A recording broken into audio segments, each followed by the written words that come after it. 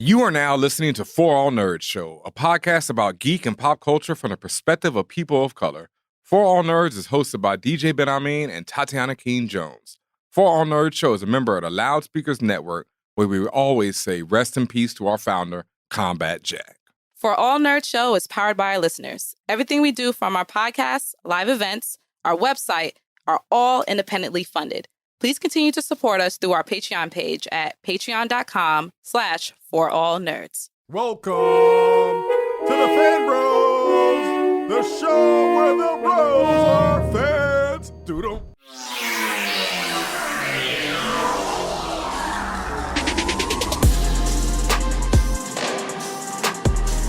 And what's up, y'all? And welcome to another episode of the For All Nerds Show. The voice of the urban geek, the podcast where we discuss geek culture from the perspective of people of color. I flip you for real.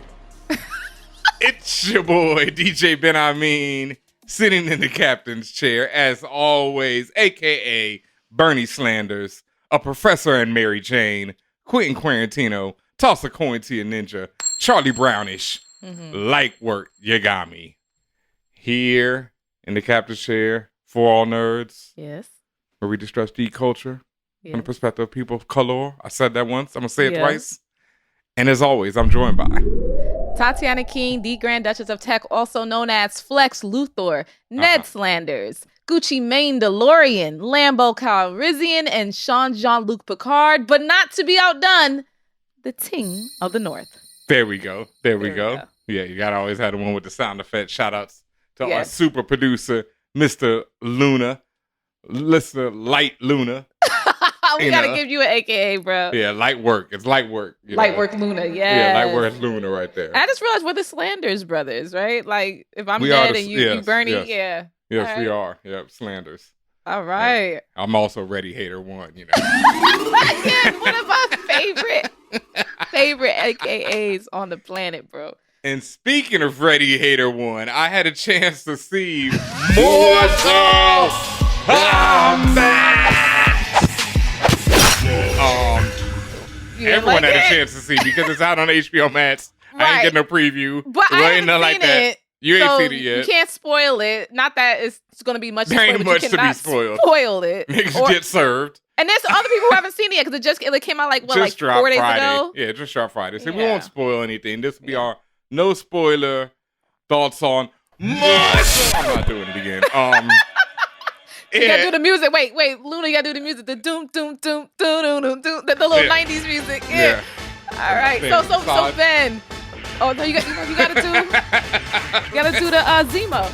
All right. Ben, what you think about Mortal Kombat? 2021, starring Eggs and everybody else. Louis Tan, shout out, starring our brother Louis Tan in the lead role. What up, Louis Tan? Friend of the show.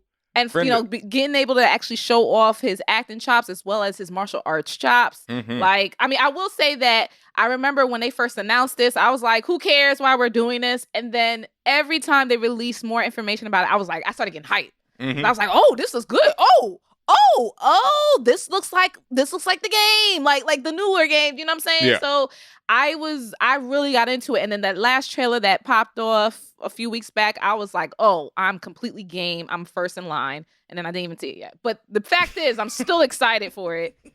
But what did you think, Ben? I thought it was...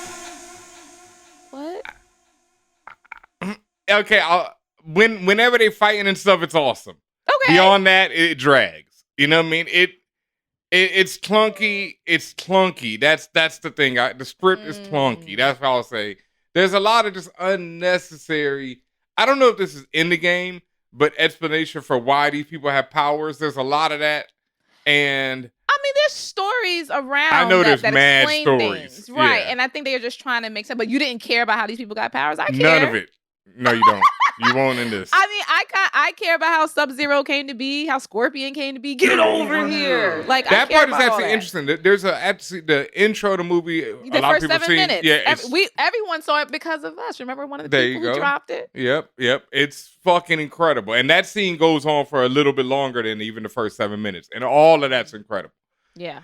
And then it moves to the present, and it just kind of, I feel like it's just taking a lot of time to get to why they're fighting. And this is kind of like a prequel to the big fight. There's a lot of fights in this. And to the when they're fighting, Mortal Kombat. Yeah, to the actual mortal, battle between Earth Realm and Other Realm or whatever realm. But when they're actually throwing down in this one, they throw down. Yeah. I mean, first of all, Eggs gets his arms, well, we know how Jax comes to be. We know that all right, this is not a spoiler. Jax has metal arms, and you get to see his arms be removed in this movie. So that alone was worth the admission for me. I mean, seeing this man get served with just I won't spoil that part because it was comedy. Pure comedy. His name's McCad Brooks. We're using his name from True Blood, but yes. But what got me hype about this is seeing someone stabbed with their own blood. I was just like, that goes down. Sub-Zero does a lot of grimy shit in this film.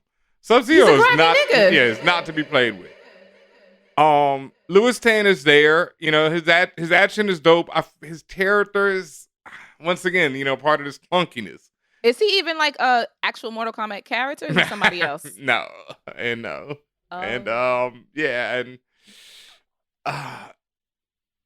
still want to see it. I'm still hyped. You got to see it because, like I say, when they're fighting, it's dope. They got my man Cabal up in there.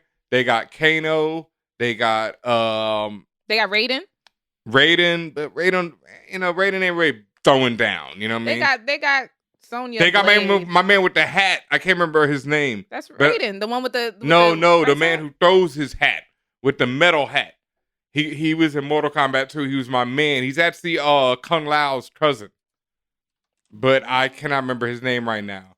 But he throws the hat. Kung Jin? Maybe. That dude's fire. Kung Jin is the younger cousin of Kung Lao. There we go, yeah. That man throws his hat. He was in Mortal Kombat 2, the game. I remember that. He was lovely. I used to whoop. Sonya Blade's in there. Oh, Sonya Blades. that dude with the hat, with the metal hat. Yeah, Yeah, with the flying guillotine. Shout out to the flying guillotine movie. Yeah, so that was, he was dope. Sonya Blade's dope. All the fighting is dope.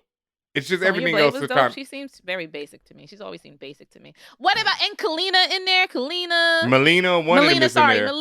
Melina's in there, and she there. Okay, but so would you? The fatalities are awesome. Some of them are, hilarious. Like pure comedy. So would you recommend Mortal Kombat on HBO? Yes, I mean it's on HBO Max. If you got HBO Max, turn that journal on. Get roasted. You know what I mean? You got to be roasted. This is definitely a movie of, inebriation. Of some form or another. That's all I'm going to say. Yeah. Well, I heard it did very, very, very well. So there's probably going to be a sequel. So maybe they will work on, as you say, the clunkiness of the script and maybe focus in even more of the fighting or just tighten up the story part a little bit. Because also they probably want to avoid just being called just something that's just about fighting. But then again, this is Mortal Kombat. That's what I expect. I expect fatalities. I expect friendship sometimes. Yeah, I expect this stuff.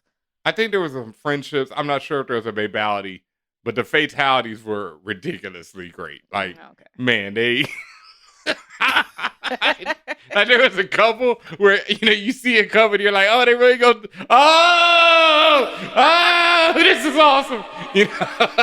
Oh my gosh. Okay. I'm still, like I said, I'm still excited to watch. The one with the buzzsaw. That's all I'll say. That's my fave. That one was like, woo. Yeah. Like to me, Mortal Kombat is one of those things. Like it just like just in the vein of stuff like Fast and Furious, where it's just like I really don't care all the the details about what's going on. There you go. I just want to see the ridiculousness. So yeah, but Fast and Furious does a better job with the non-ridiculousness. That's what I'm saying. Some storyline. But they've also had 10 of them shits to get it together. They're also going into space, so I'm just like, there you go. So maybe by Mortal Kombat 5, this will become one of the greatest series of all time. We'll be sitting here talking about the family in Mortal Kombat, and how they brought this dude back from the dead after he was cut in half from the first one. Stabbed you with your own There's definitely some people who took L's that I need to see resurrected in the later one. I'll say that. I was trying to word, you just gonna murk my mans like that? Cause they murk a few cats. Yeah. Yeah. A few people I like too, like, like pretty much all the characters I really like got murked. Wow. Yeah. Yo. That's what I say. It did not, they splurged on the murking, you know what I mean? They didn't stimp out on the murks. Okay. Yeah. They can't. Like, that's the mainstay. That's the centerpiece of all of this. And if you F that up, then I don't care anymore. It's they not did Mortal not. Kombat. No, they splurged on the mercs. Okay, got it. Yeah, all definitely did that. Shout out to everybody who participated in our Black Lady Sketch Show promo. We are giving away, or we have in hand some Eden Body Works gift cards, the digital gift cards. Last week, we put up a post, and this is why you're supposed to be following us on socials at ForAllNerds, because you missed out on your chance to potentially win this, okay? And also, if you're part of our Patreon page, you might get a little something as well. I'm just saying. Patreon.com/ForAllNerds. So we're going to be announcing the winners of those gift cards on social, so be on the lookout for that. Also, shout out to everyone who has helped get views from the 616. That's at views from 616 on the Twitters. Over 1K followers. Woo! Thank you, everyone, for your support. Be sure that if you haven't finished The Falcon and the Winter Soldier yet, that you do that and then listen to our podcast. We are still talking a lot about it. We are still doing our analysis and deep dives and talking amongst each other. And we may be putting together a little something very soon, maybe something that might pop out next week, next Monday, 1 p.m. Eastern on twitch.tv/ForAllNerds. Just saying. We'll that see. Sounds like an announcement. Or it may not happen, but you never know. Something will happen on Monday at 1 p.m. on twitch.tv/ForAllNerds. Surprise, motherfucker. That's Views Day, baby. That's you know Views what I mean? Day. Yeah, that day don't stop. But we might need to move that time later for Loki. I think we need to discuss that. We did get a couple of people. Shout out to George Carmona that asked if we can move the time a little bit later when we do our next show review, just because, again, people on the West Coast and also some people who are, even people on the East Coast who are still at work. I mean, we have so many people who are at work watching the show and taking like 2-hour lunch breaks, and we love you for it. But don't get fired. Don't get fired. We do need you, so we're gonna help you out and try to move it down a bit so we can incorporate everybody and just make it a little bit easier on your time. Thank you to everyone who has hit us up on the TeePublic. That's our merch store, teepublic.com/stores/ForAllNerds. You see Ben Amin is wearing the Lawanda and Division shirt. Shout out to Mr. Morris 55. And also, I'm wearing the incredible Inclusion is Revolution t-shirt. Thank you to Chrissy Chung, artist extraordinaire. Thank you to everyone who has, again, like I said, hit up that page and bought all sorts of merch, from t-shirts to masks to phone covers to pillows. We love you. We salute you. We see the pictures coming in. Y'all look beautiful. Keep sending us pictures. If y'all bought merch, wear it, put it on your head, put it on your face. I don't know. Send us a picture so we can see it, please. We want to see y'all rocking this stuff. And thank you for everyone who is loving the Views from 616 logo. That shit is fire. I'm really happy about that. I know Ben Amin's looking for, I think he has the mask right there. Some other stuff going on. Yeah. Thank you. Look at that beautiful mask, man.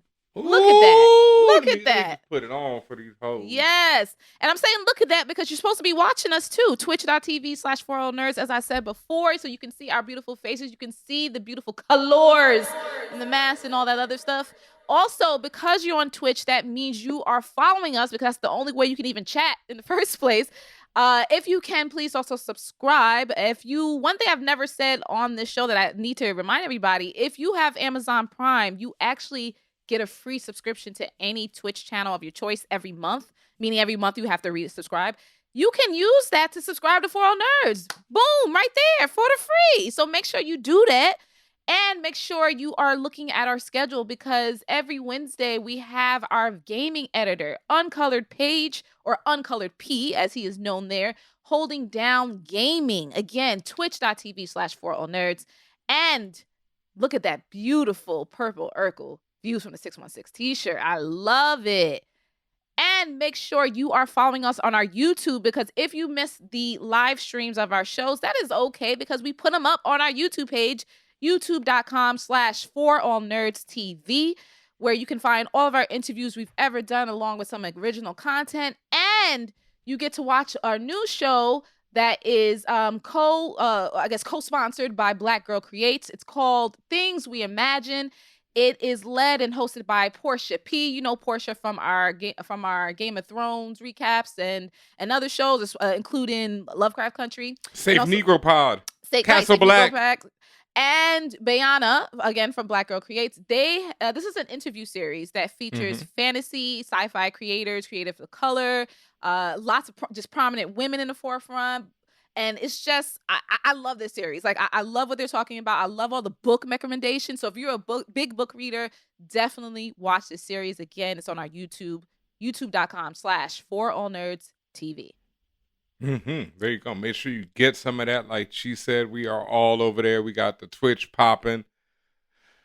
Very soon we'll have Tatiana on there, very soon. Record. Yeah. Very soon. I know he's sick of me, y'all. I know y'all sick of me, but it's happening.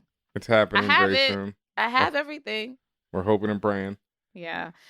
That being said, we have some special guests today. We have an interview. We are interviewing some people involved in this project. It's actually really an amazing project. I'm just being funny. But there's a major project called All Caps. It is all about MF Doom. It's a free mini webcomic. You've probably seen it already. If not, go to our Instagram. That's Instagram.com/ForAllNerds, and you can see these beautiful pages from this webcomic. We will be talking to the publisher, creator, and writer Troy Jeffrey Allen, as well as senior editor Crown, also known as MechaCon. So make sure y'all stay tuned for an amazing interview. The Emmy-nominated HBO original series, A Black Lady Sketch Show, is back. Don't miss all new episodes of the hilarious sketch comedy series featuring creator Robin Thede, Ashley Nicole Black, Gabrielle Dennis, Lacey Mosley, Sky Townsend, and tons of celebrity guests. And to celebrate, we're giving away Eden Body Works gift cards. Watch A Black Lady Sketch Show Fridays at 11 p.m. on HBO and streaming on HBO Max.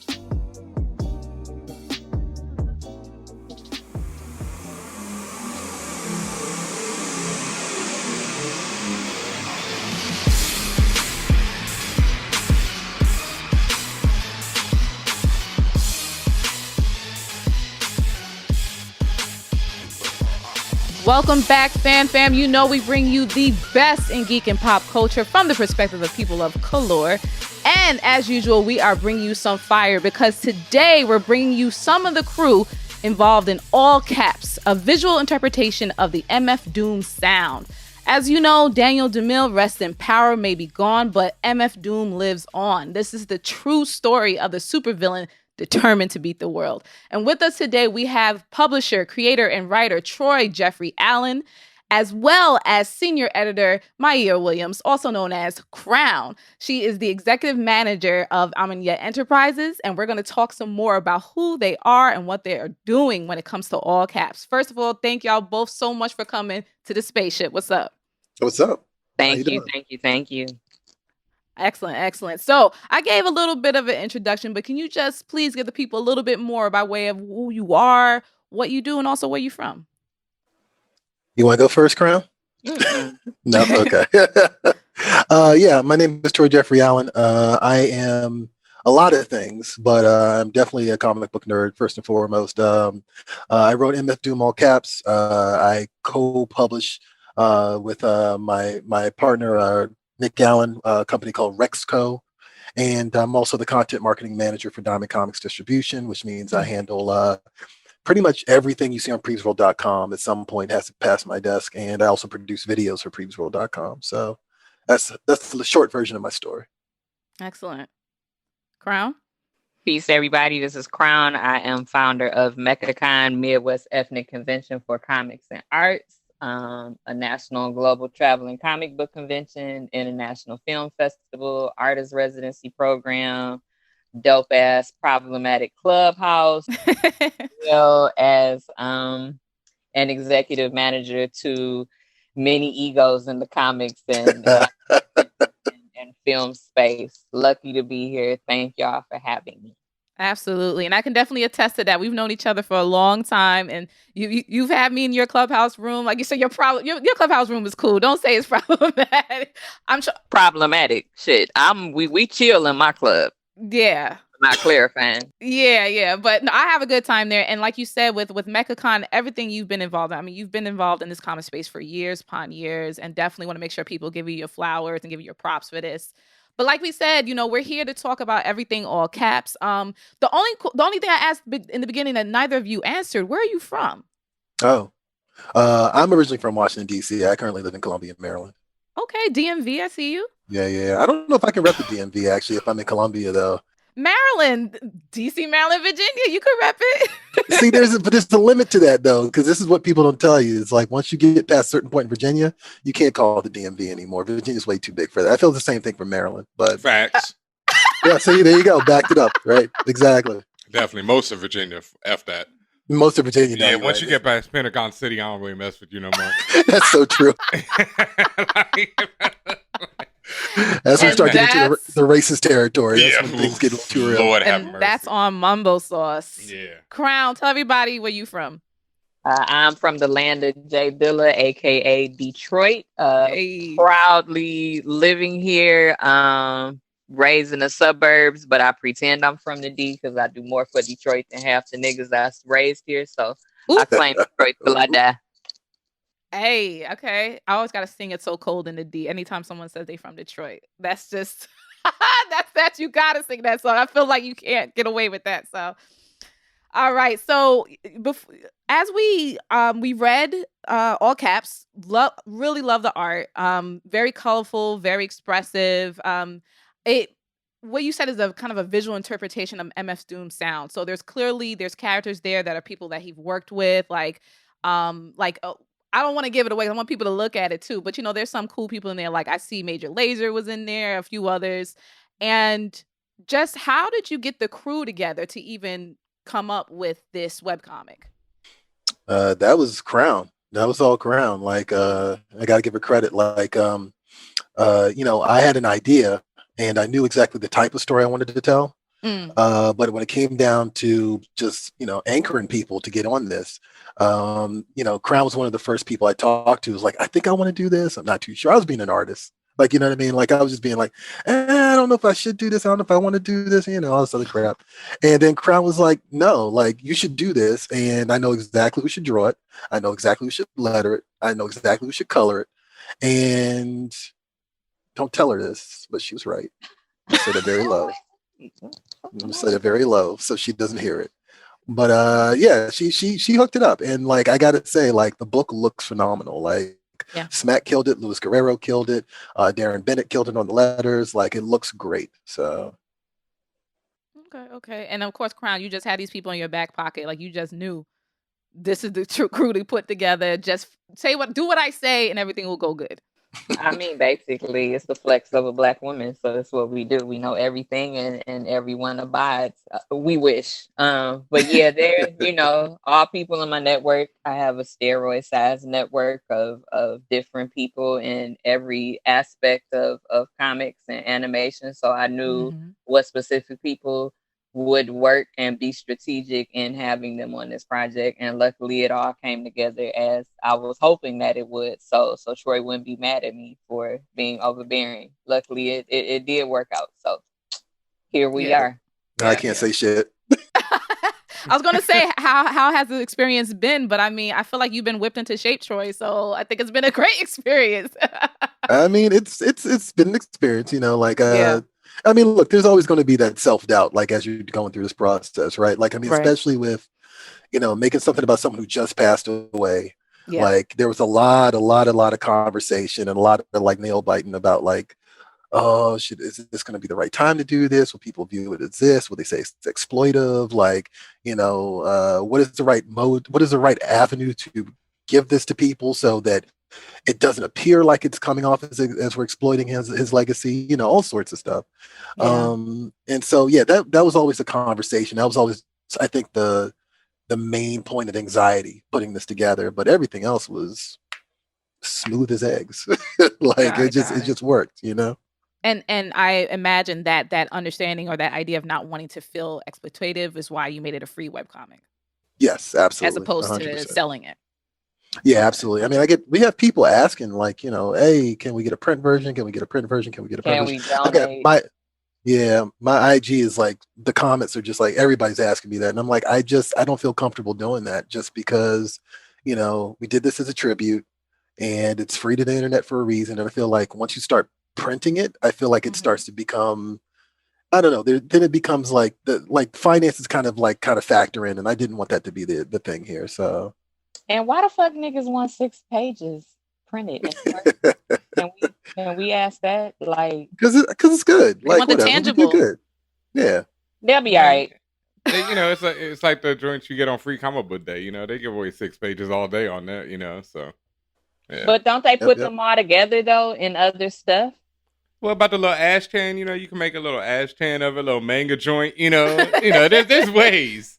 There's ways if you want to get your little 6 pages on. Yeah, we really wanted to do it for free for multiple reasons. Not only so we don't get fined, right, or we don't get sued. Not only so the city of Detroit doesn't come after Crown because I'm heavy in the hip hop community here. It's just for many reasons. Like, we don't want people to look like, oh, we trying to cash out on somebody's death, right? It was for spiritual reasons. Like, I didn't want anybody to think that we were doing it for the wrong reasons because we honestly were not, right? But if it looked like we were, then, everybody was going to think that we were. And we didn't do it for the wrong reasons. We literally did it for the love of Dilla and for the love of comics. So that was the reason why we wanted it only 6 pages. It also got out faster. It got out. It was done faster. Mm-hmm. It was easier to get artists to stop what they were doing in the middle of other projects. Like, here, do this real quick, and take care. It was many strategic reasons on why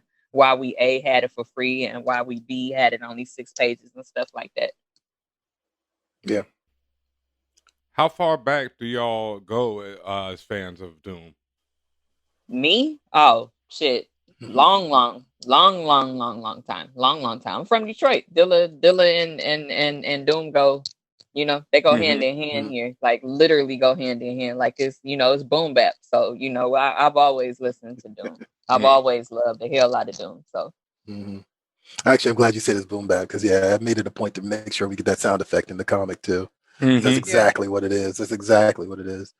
Actually, I can pinpoint exactly. I was in high school. It was like probably my last year of high school, and I had a buddy who's like, he wanted to be a rapper. He actually makes some pretty good music, but he put me on to MF Doom, and he put me on to Jean Grey, simultaneously. And he's like, "You like comics and shit, right?" I was like, "Yeah." He was like, "Well, listen to this," and I was like, "Oh, okay, yeah, this is where it's at." And the first thing I got was Operation Doomsday and Taco Day by Jean Grey. Those are two things he gave me. And once I found that, this is during the Napster, what was the other one? LimeWire days. LimeWire. Right? Oh yeah. Joints. The old P2P days. P2P days, exactly. So it was just like, I'm downloading all this. I don't just all the remixes, all the different versions. Like, I want all of it. Like, I don't care what it is. Like, I found Nas versus MF Doom. Like, I found like a Christmas album. Like, it was all sorts of stuff. And you can never get tired of it when it's like at that level, That's real. So this webcomic released back on 4/20. It had like a really great response online. I did see across, even from our socials and other people's socials throughout that week, like a lot of people, they just really good feedback in general. So, I mean, we said that it's a visual interpretation of MF's sound, but like, what was the overall message you wanted to get across above just the sound? Like, what was the goal? What do you hope that people glean from reading and kind of consuming this webcomic? One of the big things going into this is that I did want to visualize the sound, but then I didn't really understand how deep that went until I started doing my research. And I came across this old Red Bull Music Academy interview that Doom did. It was like an hour long. Like, I swear to God, it's like the longest I've heard him talk on anything. And in the interview, he talks about how, look, like, when I got into hip hop, like they were on the radio. There was no MTV. You know what I mean? You didn't know what these dudes look like. You didn't know what these women look like. You know what I mean? Like you just went off of whatever the DJ said was their name, and that was it. You know? And so his whole thing was, it's not about what it looks like, it's about what it sounds like. And of course, this comes on the heels of his brother's death and how the hip hop industry treated him after his brother's death. So all that stuff factors into that as well. But I thought that was kind of an amazing point that like I never would have came to on my own. Even with me wanting to visualize the comic, like I never would have came to that on my own.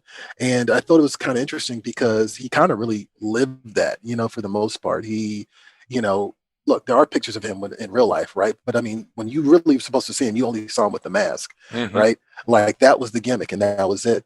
And I think there's a lot of layers there. Like, I mean, you could really get into like all sorts of things. So you could talk about the nature of hip hop and how it shifted from that. By the time I joked earlier in one of our other interviews, like by the 90s, it was Mason, Puff Daddy dancing in red trash bags. You know, it was very showy. You know what I mean? Like it was just very much like for appearances in a lot of ways. And there's nothing wrong with that stuff, but it was very much, you know, meant to show out. I do all in the videos. Right. Yeah, but producer in the video, DJ in the video, like everybody's in the video, whole crew.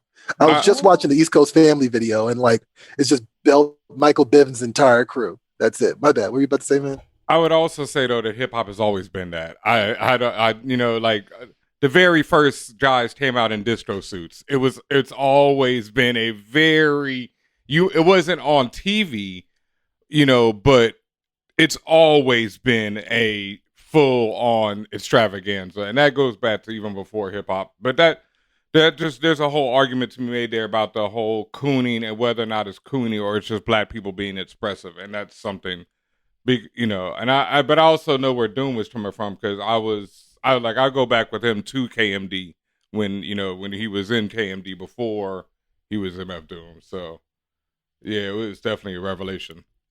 No, I totally hear you on that. Like, I mean, like, look, black people are going to show out. That's what we do. You know what I mean? Like, you know, we express ourselves in our fashion and our music. Like, you know, everything becomes an extension of us, right? But I do understand the logic that, like, you know, when you're coming up in the 80s and, you know, you hear, like, you know, Boogie Down Bronx for the first time, like, you're hearing it on the radio and you're just like, what is this? You know what I mean? And how that captures your attention.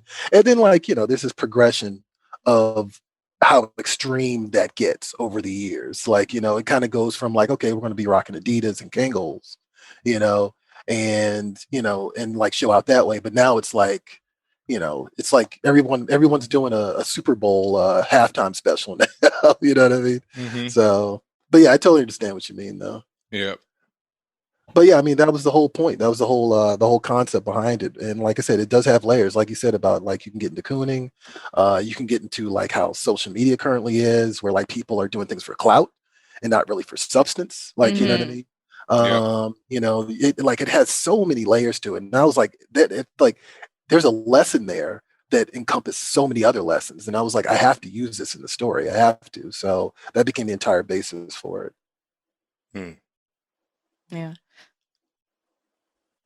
I would say that, at least from what I've seen, I feel like MF Doom really bridged the gap between generations. Like, you know, from people who've been in the hip hop scene from the time it came out to like even the younger kids who was like out now doing a new thing.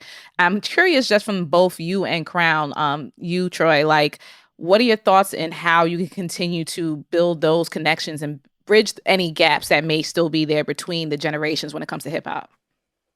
Fuck them kids. No, I'm kidding. Wow. Sorry, I've been saying that all week. I don't know why I've been saying that. That's not gonna work.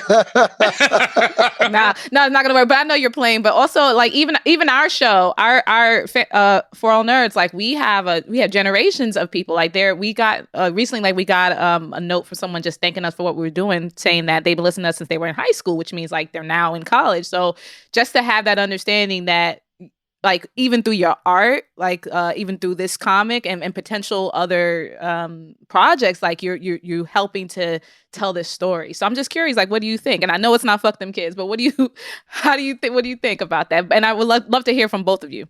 Yeah. No, I mean, look, I've gone to schools on behalf of Diamond, like to like promote Free Comic Book Day, like kids like know like this is something's going on.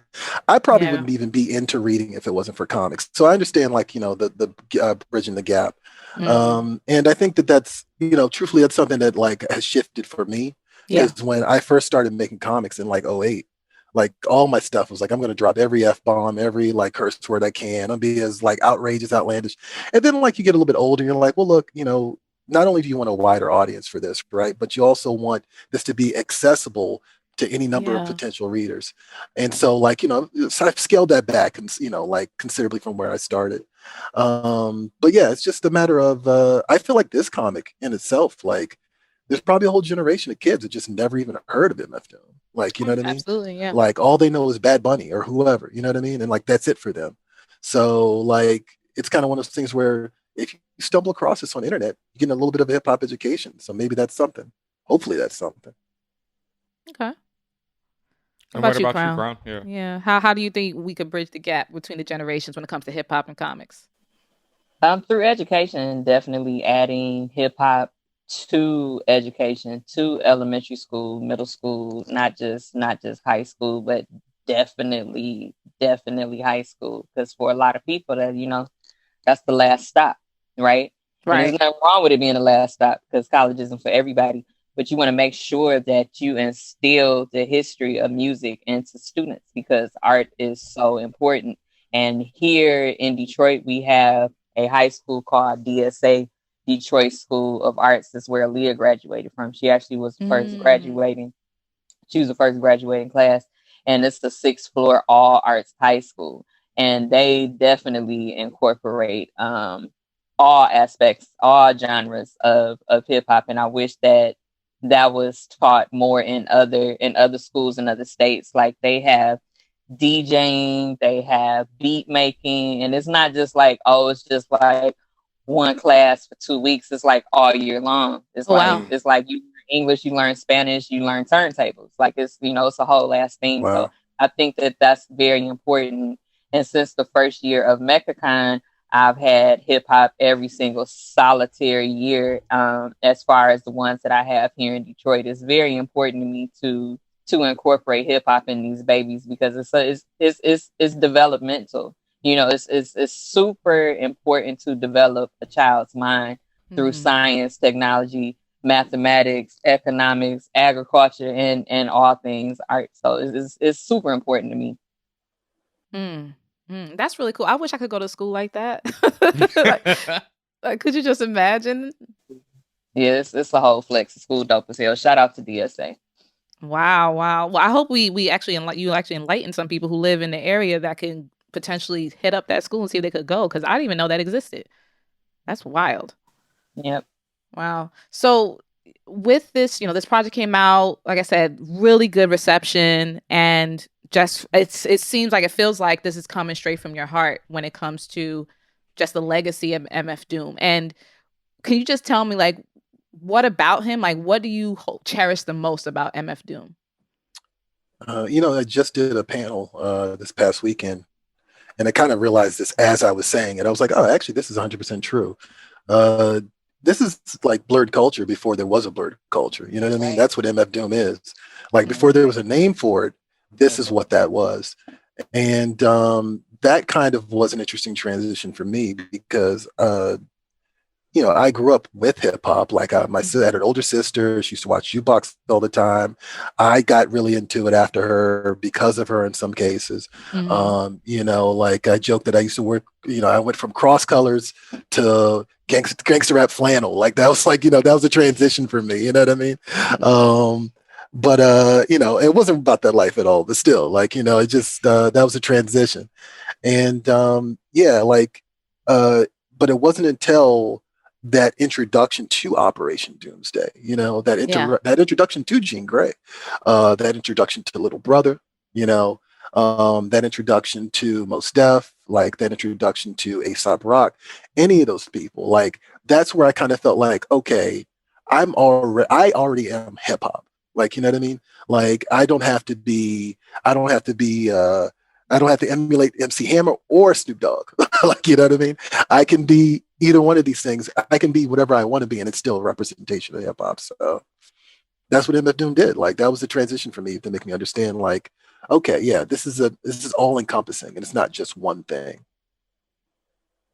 Okay.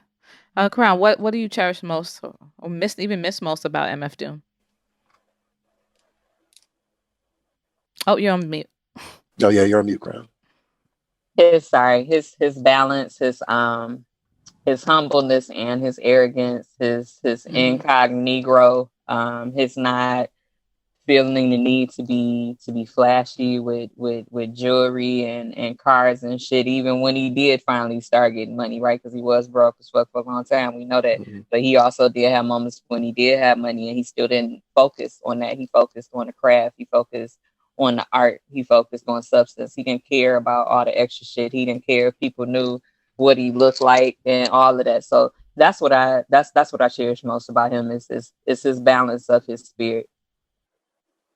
Because I think that's very needed right now in art. So I'm not one of those people that say, this all hip hop now is whack. I don't do all this shit. There's some fire ass shit coming out right now. Thank you. To focus on, right? Yeah. What I do miss is the energy of the 90s, like the knowledge of self era. You can still be flashy, but what are you flashing with? Are you wearing some boutique bones, or you wearing somebody from Italy pants and shoes and stuff? So I'm all about balance, and all of that is very needed right now in this new genre of music and art as a whole. So that's what I love about Doom. Doom was very balanced. He was super, super balanced with his energy. Yeah, that's excellent. And I think y'all found an incredible balance with the team. I mean, obviously we have the both of you. There's also the illustrator, Sean Anthony Mack, letterer, Daron Bennett. Is it Daron or Darren? Darren Bennett. And I mean, and a lot more people. So, I mean, are we going to see more from this team now that you have this established webcomic? Are we going to get more in the future? What's going on? And people have been joking. I've heard a couple people already call him Crown Nick Fury. So I mean, it's not far from the truth. All right. She's like, get your crew, So I mean, look, in terms of company to keep, this ain't bad company to keep. Like I see it like that, like Smack's a really cool, very humble guy. Luis is super talented and one of the coldest, colorist, breathing by far. What's his full name? Louis Guerrero. It's Louis Guerrero. He's mostly in mainstream, but he started in indie, so he always pulls up for me and other Black indie comic creators because it was the Negroes that helped him get where he was at, and he always reminds me of that. He always tells me, he was like, white people didn't care about me, Crown. They didn't care about me. I was like, well, we give a fuck about you, bro. So yeah, pull up. So he's one of the coldest. He works for Marvel, DC, Skybound, everybody you could possibly think of. Louis is one of the top colorists in the industry right now. So shout out to Louis. Yeah. Like when she was showing me just his colors, just trying to convince me like this was the guy. And I didn't have anybody in mind. Like she was just trying to show me like this is who I'm talking about. She starts, I'm thinking she's gonna break out like, some couple of indie books and I'll be impressed. She's like Thor.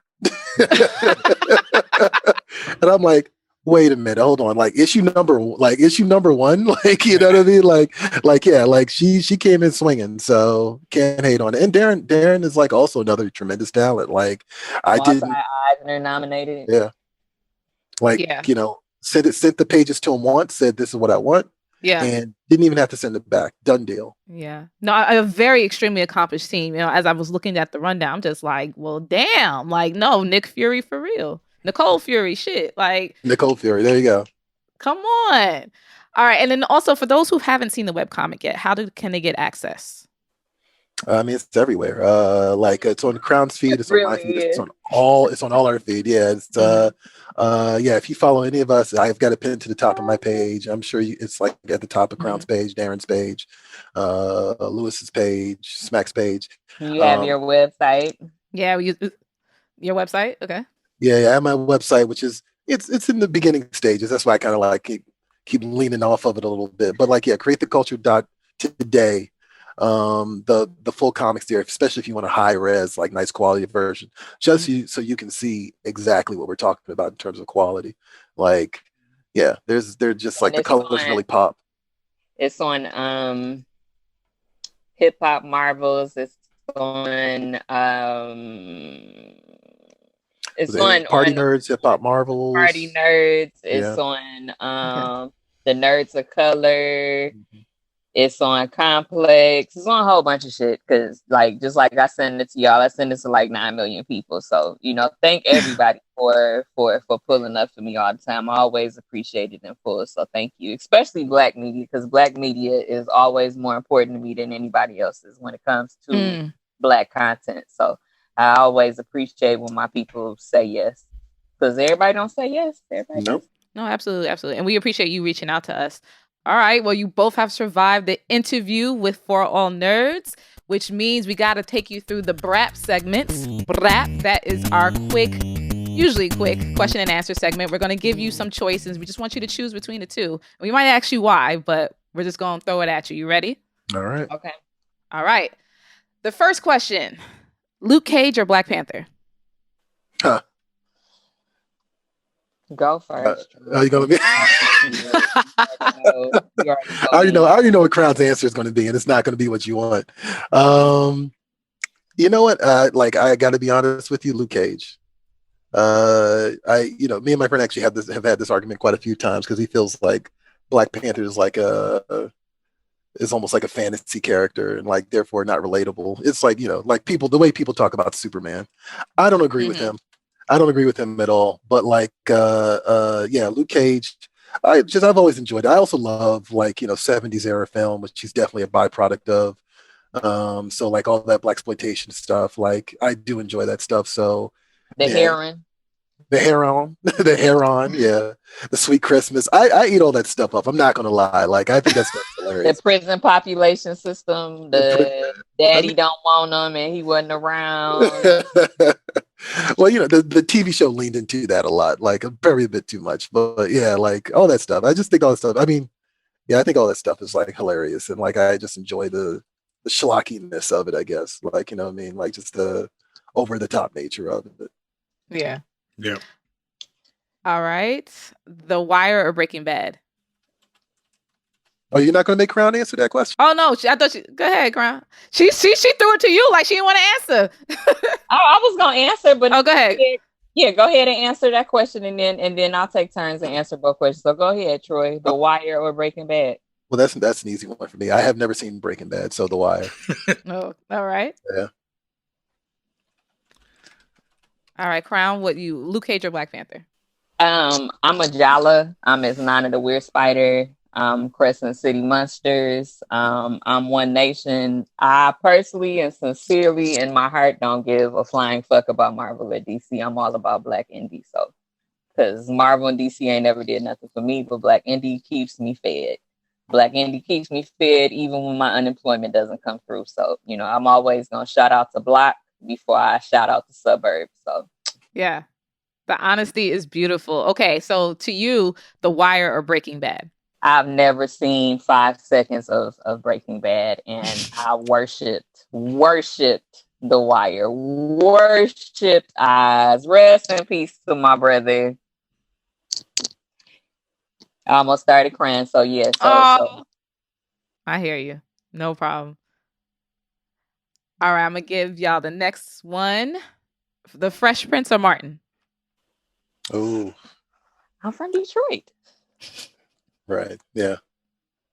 Okay. That's your final answer? That's your final answer? Yeah, that's Martin. Okay. Martin. The Fresh Prince was like, I mean, don't let me stop acting fake. Let me stop. I was gonna say, come on. Like, you can't act like that's not, come on. It's both legendary stuff. The Fresh Prince was life, but so was Martin. And both of them continuously on a weekly basis represented HBCUs every time I open my eyes. So I have deep and profound love for both of them, like sincerely, and the Fresh Prince always brought like the older celebrities, the super accomplished celebrities, and then Martin always brought the hip hop celebrities. Yeah. So it was both of them. You got the rich aspects of, so people who, weren't privileged, they got to see how privileged people live. And then you got hood shit in the raggedy ass apartments. So people who were privileged got to see how the hood lived. So, I think it's both. I personally was obsessed with both of them. But I mean, because I'm from Detroit, I'm always gonna say Martin. Of course. And Troy, are you on the same thing? The whole time she's talking, I'm like bouncing back and forth. Damn, that's a tough one. Yeah. I've been watching a lot of Martin lately, actually. Like the last couple of months, actually, just kind of off and on. I've gained an appreciation for Martin. Like I used to watch it all the time as a kid, but like I like it's different when you're an adult and you're watching it now. Certain things make sense now. I mean, I don't even think they necessarily make sense, but I think also like from a creative perspective, you kind of like, okay, like this is definitely a broad humor. Like, this is not like, a sarcastic style of humor. Like, it's definitely a lot of physical comedy and there's probably a lot of cocaine involved. Like you can tell by watching it.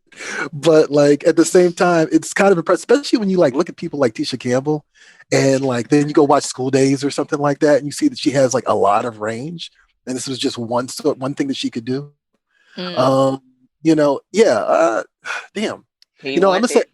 I'm gonna say Martin because it had Brother Man, and on top of that it had Tracy Morgan, which I feel, and I can't stop. I can never not laugh at Tracy Morgan. So there you go. I'm gonna go Martin.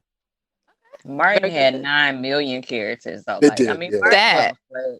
Martin was such a flex. Martin was always promoting Black-owned businesses, Black art, Black music, Black everything. Always was bringing super known Black radio hosts on there. Like, I mean, Martin was so dope. Martin brought a whole bunch of Detroit people on the show. Like, it was just so necessary. And before Martin, Detroit wasn't represented on no damn television show, like of any kind. And really hasn't been too much since, right? So, shout out to Martin. I've always loved all the different aspects and things that Martin brought that a lot of people didn't give him credit for. They just only focused on the negative stuff. Yeah, I think that was always my reservation going back to it because I know that my mom did not like Martin. My mom kind of always equated it to Step and Fetch It and stuff like that. My aunts loved it though. Wow. So damn. So yeah. So yeah. I mean, it's the way. It's depends on who you ask. But I also realized that long after that show gone off the air, like Martin has been quotable. Like even in just casual conversation, I ought to bust you in your head right now. Like. You know what I mean? It's like you can just throw it out there in like a conversation, and like I would forget it was from Martin, and then I realized it like these last couple of months. I'm like, I got half of the stuff I say to people is from Martin. So whatever. You calling people to play it from the Himalayas? That's you. All of it. Got it. Okay. All right. Next one: Star Wars or Star Trek? Oof. Neither. She said neither. Okay. What about you, Troy? God damn. If I had to, I would say Star Wars, though. Okay. Because I used to watch it when I was little. All right. Without getting into the ins and outs of this, because this can get in the weeds, I'll get into the politics of it. Yeah, like this can get into the weeds. I think, you know what? Actually, I'm going to change my answer. I think Star Trek is ultimately more beneficial for pop culture. Thank you. Why? I think it's more beneficial for pop culture. I think that, look, I work in the comic industry. I go to cons. I engage with people online. Look at Ben's face. Sorry. I mean, I went to the Star Trek con. It was sad. It was sad. I don't know how that's beneficial to anything in 2021. Hey, don't be disrespectful. Let's be disrespectful. Like, I mean, it was a ghost town. Yeah, not well attended convention. It was a few years back, and it was attended by the Dusties. But I think I get what you're going at, Troy, about the. But go ahead, say what you need to say. Well, Star Wars is like this monster, right? That I kind of feel is almost unattainable. Like, every now and then someone gets it right, but it's just this beast that kind of invites like a lot of joy, but also a lot of hostility. And I could be wrong about saying the Star Trek is the opposite of that, but I think that I look at what Gene Roddenberry was attempting to create and how people have tried to uphold that over the last like several decades. You know, and you know, fam, they had Shorty stripping in the trailer, and when they announced the black captain, people went nuts. Like, yeah, like it sounds good, but you know, like, nah. Yeah. There are missteps, but you can't deny the forward thinking of Gene Roddenberry. And like, I think that's like the key thing. I mean, the first episode. Have you read those early Star Trek strips? I can deny it. This is Ben's job. He comes in here and then just destroys your life. But I mean, like, you look at the first episode, there's talking Swahili. Like, you know what I mean? Like, it's just like, come on, damn, dude. Like, I mean, yeah, there's a lot of thought that went into that. And like, you know, look, we could always look at things from the lens of like, you know, look at things like 50, 60 years from now and kind of go like, oh, this isn't up to par, you know, but those things are the stepping stones to get us where we are so that we can, it's how we mark progress. You know what I mean? Yeah. Like somebody gives a little inch, and then someone takes another inch, and someone takes another inch, and someone takes another inch. And then you look back and it's like you got a whole highway behind you, you know? Got it. Yeah. All right. Just a couple more. This is going to hurt your life, but comic books or hip hop, one gotta go.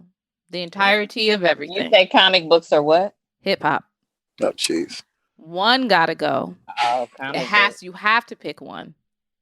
Which one do you choose? Comic books. Sorry to this man. Yeah, comic books. Sorry. Did I answer it too quick? No, that's fine. You are very definitive. Should I played it off since I'm a founder of a Comic Con and like pretended that I was like debating? No, it's fine. I got a real ass nigga on here tonight. I'm sorry.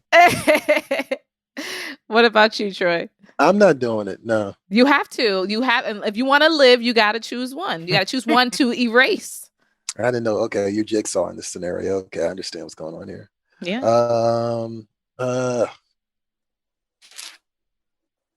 That's awful. They're gonna murder you in your sleep. You choose the wrong one. I'm joking. Shit. No matter what I choose, someone's gonna come for me on this one. No. God, you know, I mean, comics have been good to me. I mean, I can't deny that. Like, you know, I'm not, you know, they both have their moments where things are awful. Yeah. And you're just like, I don't understand this anymore. I quit. And I've quit both a couple of times, you know what I mean? But yeah, I'm in comics, you know. I'm not a rapper. So yeah. I guess I'm gonna have to go with that. Okay, no problem. And it's okay. No one's gonna kill you. You're fine. Yeah. You will survive. Oh, now you tell me. Yeah. And for final question, if you could have any one superpower, what would it be? Go ahead, Troy. Oh, why you always make me go first? Black man of God, or whatever they say. Oh, gee. You know what? These days, speed. Like that is the only thing that will save my life these days. Is like the ability to multitask effectively and to process information quicker and to be done sooner. So yeah, I'm gonna say speed. Okay, we talking like Quicksilver or somebody else? I mean, I guess the Flash, right? Because the Flash has like, you know, there's so many layers. I mean, timeline changing speed. Like, yeah, you know what I mean? Like, right. Like if I screw up on this interview, like I'll just, you know, run backwards or something. You know, I'll go back and change that part where I said "fuck these kids." So there you go. Hilarious. All right, Crown. What's the one superpower you're gonna pick? I would end white fragility, white tears, things of that nature. I'm laughing and I'm serious at the same time. I know you're dead ass right now. Yeah, sincerely, because like I had to deal with it today, so it was kind of a quick reminder. If I could have like some superpower that could just zap out white fragility, then the world would be a lot better place. I hear you. Mm-hmm. All right. Well, that is the end of the BRAP, which means you have survived For All Nerds. Thank you again for coming through. Again, just one more time, let people know where they could find you. and anything else you want to plug. Yeah, you can find me at TJA Comics, pretty much with Twitter, Instagram, and my website is createtheculture.today. There you go. And MechaCon everywhere free with a login. Facebook, Twitter, Tumblr, Pinterest, Instagram. Might do an OnlyFans of a billboard. I don't know. Heard unemployment ending soon, so I might get froggy. I don't know. But yeah, MechaCon, MECCACON. Also have a few comic books coming up that are centering on hip hop and jazz. Child friendly, super dope shit coming out with 133 Art. Nice. Also has some stuff that he don't want to talk about, which is super annoying, and we're working on some stuff with him again as well. So a lot of dope shit on the way. Not doing MechaCon this year. I'm happy to be on y'all large ass platforms so I can say it loudly because people keep inboxing me like Crown can't take a nap sometimes. You know, like I ain't through a fire ass Comic-Con last year and I can't take a break this year. So no MechaCon this year, and we will be back next year. So thank y'all. That's fine. It's still a pandemic. We get it. All I'm saying, let a sister take a break a little bit. Let a sister take a break. Thank y'all so much for having us on this show. We appreciate it for real. Like not just saying that at the end of this show. Like we definitely appreciate this platform just like all the other ones. So thank you so much for having us on here. Absolutely. And thank you so much for coming through. And we're going to take a quick break and we'll be back with more For All Nerds. I'm Professor Brandon Obunu. This is Danny Lore, and this is Vida Ayala. My name's Genevieve King. This is Peter Ramsey. This is Hiro Karangawa. This is Lexi Alexander. This is Ato Asado. And you are listening to... I am listening to... I'm listening to... I like to listen to... I'm listening to... I'm listening to... We are listening to... For All Nerds.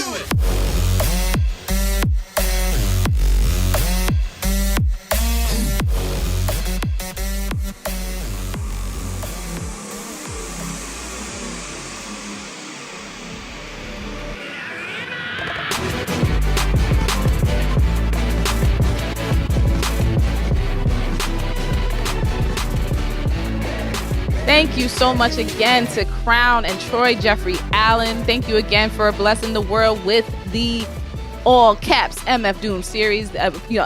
Always love when people put out content of their love. Like it's always ends up being really good. So appreciate y'all for that. Facts, and shout outs to anyone doing anything to represent MF Doom. MF Doom forever, for real. Shout out to my brother Bid Bin Klingon. Hope you're doing well. Hold your head up, bro. I know that, that's family right there. That's HU, There we go. Respect. But now it's time for Big Respect is Automatic, and one of my favorite segments that we do every week on this show. And we got a returning champion to the segment that we like to call the Guap is Extra, the Geekly Asked Questions, where we answer any and all questions.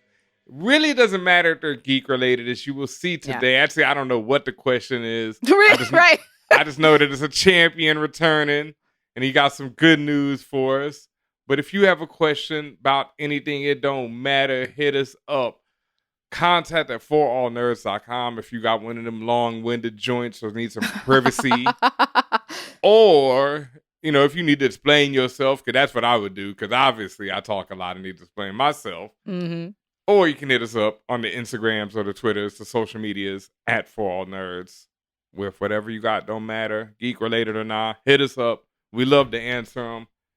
If you feeling froggy, as MechaCon said, shoot out there with some AKs and all that. If not, just hit us with the question. All right. Well, Maze is feeling froggy because he got every it. week. Yeah, every week. Yeah, Maze is what's my Frogger? Frogger, that was that game, right? You don't remember Frogger? Frogger's too early? Wow. Crossy Road? Yeah, Crossy Frogger. Road. I think that was the name of it, Yeah. That's all really right. bad. My man's name was Frogger, and he was a frog, right?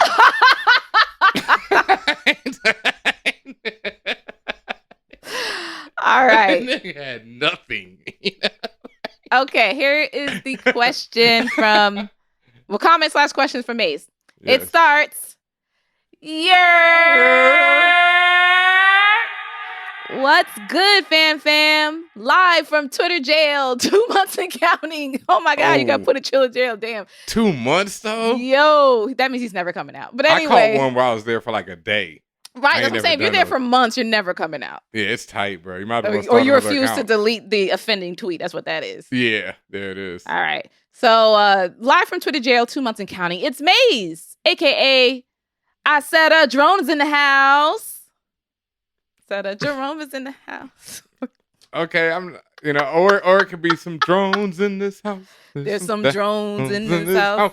There's some drones. That's what I would have gone with, but okay. Yeah. Next one, Gandalf but black. It should be Gandalf the Black, right? Yes. I mean, sure. But why not? Yeah, right. Okay. AKA Barf Simpson. That's ass. Keep moving. AKA Yo Gamma. That's not bad. AKA Louis Vuitton. Okay. And AKA Hexual Chocolate. I like that. Yeah, I really like that one, Maze. You've redeemed yourself over this year. Yeah, Barf Simpson was ass, though. That's terrible. But Hexual Chocolate is pretty great. That's pretty great. Yeah. But he never leads with the best one. He always leads with a mess. You got to wade through the mess. All right, here it goes. I'm here with an update on DaBaby. So for those who don't know, Maze and his partner have been trying to have a baby, and he's been updating us as time goes on. But he has a new update. The transfer went smooth, and I'm here to tell you all, it's a boy. Nice. Yay! Congrats. Big shout out to my wife and mother to be for her endless love, and for my future son, Little Big Maze, aka the Womb Raider. Oh God, here we go again.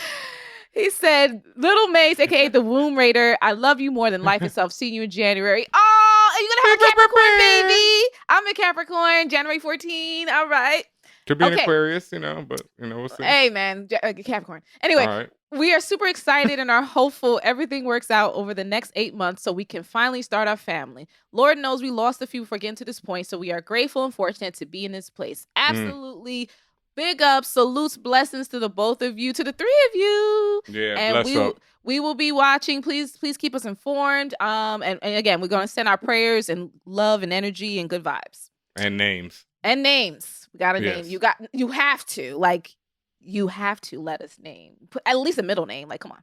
Yeah, something. All right, switching gears. Huge shout out to y'all for views from the 616 podcast. It's so damn good. And that logo. Mwah. Thank you so much, Maze. Yes, it is. I'm currently finishing... Shout out to Dr. Infinite Mind Warp for designing this. Thank you. The one Theodore Jones, the legend himself. With the black, the Watcher. The Watcher. With the black, the Watcher. The Watcher. With the Watcher. Yeah, there we go. The Watcher. Not right? The Watcher. I'm currently finishing the latest episode as we speak. I absolutely caught the feels when Sam took... and wait, spoiler alert for anyone who hasn't finished. Falcon and the Winter Soldier. Just... Y'all late, but just letting y'all know. Yep. I absolutely caught the feels when Sam took Isaiah to see the statue exhibit showing his place in history. I hope to see more of Isaiah and his grandson Elijah in Captain America 4. With that said, I wanted to finally get to my question. With Marvel slowly introducing members of the Young Avengers into the universe, would you rather see the team be formed in the format of a Disney Plus series or an MCU movie? And also, would you want them to insert Ironheart into that group?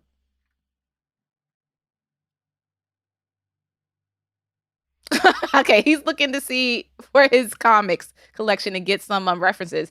I will say first of all, I absolutely want to see Riri. Like, Riri is basically what I would think I would be if I was a comic book character. Okay. Ben, you are showing off the Young Avengers trade here. What is this? Yeah, this is the actual compendium hardcover. Yeah, Karen Gillan and Jamie McKelvey. It's now actually back in print. So this is a comics you can cop because this one right here was out of print for a long time and now it's back in print. Right. Which means Marvel is obviously doing something with it. I flip open the page to see a boy, Kid Loki. Yo. And that's teenage Loki actually by that point. What are the names? Who is all in the Young Avengers? At least on the cover. On the cover, we have Hulkling, Mm-hmm. Wiccan, who we know from Wanda's Wanda. Vision. Marvel Boy right here, who has not yet appeared. We have Miss America Chavez, who will soon be seen in Doctor Strange. Mm-hmm. We Hawkeye's have daughter. Kate Bishop, who will soon be seen in Hawkeye. Mm-hmm. And we have Prodigy, who is a young mutant who hasn't, obviously the mutants haven't shown up. I think he might have been in The Gifted or one of those series. Don't quote me on one that. of those kind of off-brand series over Yeah, there. don't quote me on that, but they'll probably bring Prodigy back around, and also Kid Loki and Right. Speed. Right. That we Speed and Wiccan, who we've seen in WandaVision. Would you rather see the team formed in the format of a series, a Disney Plus series, or a movie? You know, now that we've had 2 shows thus far, I really like the series format because it gives them more space to, and not that it always happens, but it gives them the more space to flesh out these characters. That would also potentially lengthen the amount of time before you see them in a movie, just because if they're not gonna do it for each and every person, but they're gonna have to do it in groups at least. Or maybe they have one like teenage focused show where it's about all of them, and then we get to see all the different trials and tribulations, like a Degrassi, but for Young Avengers. So I would personally rather see it in at least the introduction in a series. Me too. Well, we're already going to get Miss Marvel and Ironheart in their own series, right? Off the break. Okay, so then kind of the decision has been made for us almost. Yeah, the decision's been made for us in that way. We met Wiccan, at least Kid Wiccan. So we've already met, and we're meeting pretty much all of the ones I listed by the end of this year or within the next year. And then Miss Marvel and Ironheart. Miss Marvel's this year. Ironheart's next year, I think. So it's gonna, be up on us pretty quickly. And I'm with it either way. Like I say, this Young Avengers is one of my all-time top 10 comic books that I've read. It made me the fan of Kieran and Jamie that I am today. And it's just, it changed my life really in a lot of ways. This book is fucking incredible. You know what I mean? It's really and I love good. the art. love Jamie, art. this was like his formative. This is why Kieran did this book, so he could make Jamie a superstar. It really let Jamie just shine and show off what he could do. And so, just come on, fam. Like that's beautiful. Yeah. And that's like any page you open to, so. Yeah. But that's when you know you're fired. Like, it don't matter what page you open to, what panels you see. Right. It's like all amazing. Yeah. So I don't care how, this woman, Miss America Chavez, is one of my favorite comic book characters. She is just amazing. Kid Loki, I'm praying. I don't even have to pray. I know that we're going to see him, the kid version of him at some point in the Loki series. So. Oh, yeah, because it's a variant, so. Yeah, and so you're going to see the kid, because they've already shown that they have the female version of Loki, and so they're going to do I know it. This is, like, the kid Loki has had so many ill adventures in the comics in the last 10, 15 years that there's no way to ignore it or not just mine it for good stuff. So, yeah, I'm not worried, man. How, I trust them. And to me right now, it's better with the series. Like you say, I'm much happier that we saw Falcon and the Winter Soldier than a movie. Like now, like the Black Widow movie to me is kind of like, even the Eternals movie, it's like, or Luke or Shang-Chi, because like, I'm more interested in the next series. I'm like, oh, Loki, that's going to be 6 joints, at least like, I get hours with Loki, you know what I mean? That I can watch at home right now, rewind, watch again. Right. Like, yeah, it's different now. Shit is different now because of the pandemic, and also because like I'm also curious, like, when things do really start opening up, like 2022, 2023, how is that going to affect shit again? Like, are they going to stop doing this where they release everything simultaneously online and it's going to go back to just theater releases? Like, or are they going to stick with it? Because my thing is, wouldn't that be a mistake if they decide to like go back to the old days, how shit used to be? I feel like they're gonna go back to movies, being in theaters. But Disney, but I mean only in theaters, like, and not bringing it out, like like right now it's it's simultaneous. Nah, I think they'll try and avoid that. Okay. Yeah, they'll try and go back to the old way. They'll try. Now it just depends if people accept that, or people are like, nah, I'll cut HBO Max if you don't give me a movie a month. You know what I mean? That's what, because they got to have something, because that's what they got right now. That movie a month keeps you on that HBO Max. You know what I mean? And HBO Max is a very good service right now. Right now. Very good service right now. Yeah, but if they don't have that movie a month, because the rest of their shit is fire too. Yeah, but and that Disney movie Plus a month obviously keeps you around. too. But Disney Plus, they know Bad Batch right now, bitches. Like they got the content. Let me keep that foot on your neck. Yeah. But HBO is that movie a month right now. So until they get this, but they about to roll out. They got Peacemaker the series coming off of Suicide Squad. Yeah, and then they just said they announced a Gotham series coming off of the new Batman movie. Oh shit! Wow. Yeah, okay. So they already, they working it. They know, Yeah. Yeah, don't sleep on it. Like they got that Snyder ish out their system, and they good now. Sorry, Maze. I know that's your boy, but all right. Yeah, don't restore. Keep it moving. Hilarious. All right. Well, we're keeping it short and sweet on the guac this week. That was short and sweet. Yeah. Yes. Thank you to everyone again who participates in the guac. Please, we want more questions every week. Let us know. Hit us up, as Bamn said, on our socials at ForAllNerds. You will see the guac posts go up, and that's when we want your questions. Also, if you are on Patreon.com/ForAllNerds, no matter what tier you're on, you get guaranteed guac questions. And as Bamn also said earlier, if you want some privacy or you just got a long ass question or whatever it is, just email us contact@ForAllNerds.com. Mm-hmm.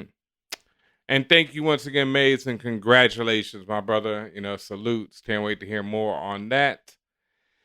And, I don't think we got much more else this episode. I've already shouted out a comic you can cop, Young Avengers right here. Make sure you're watching us on twitch.tv/ForAllNerds so you can see our beautiful smiling faces every Monday and every Thursday, 1 p.m. Eastern time, but we might adjust that 3 p.m. Eastern time. Maybe, yeah. 4 p.m. 5. Some form of CP time. Plead the fifth. Fan Bros, we are OS.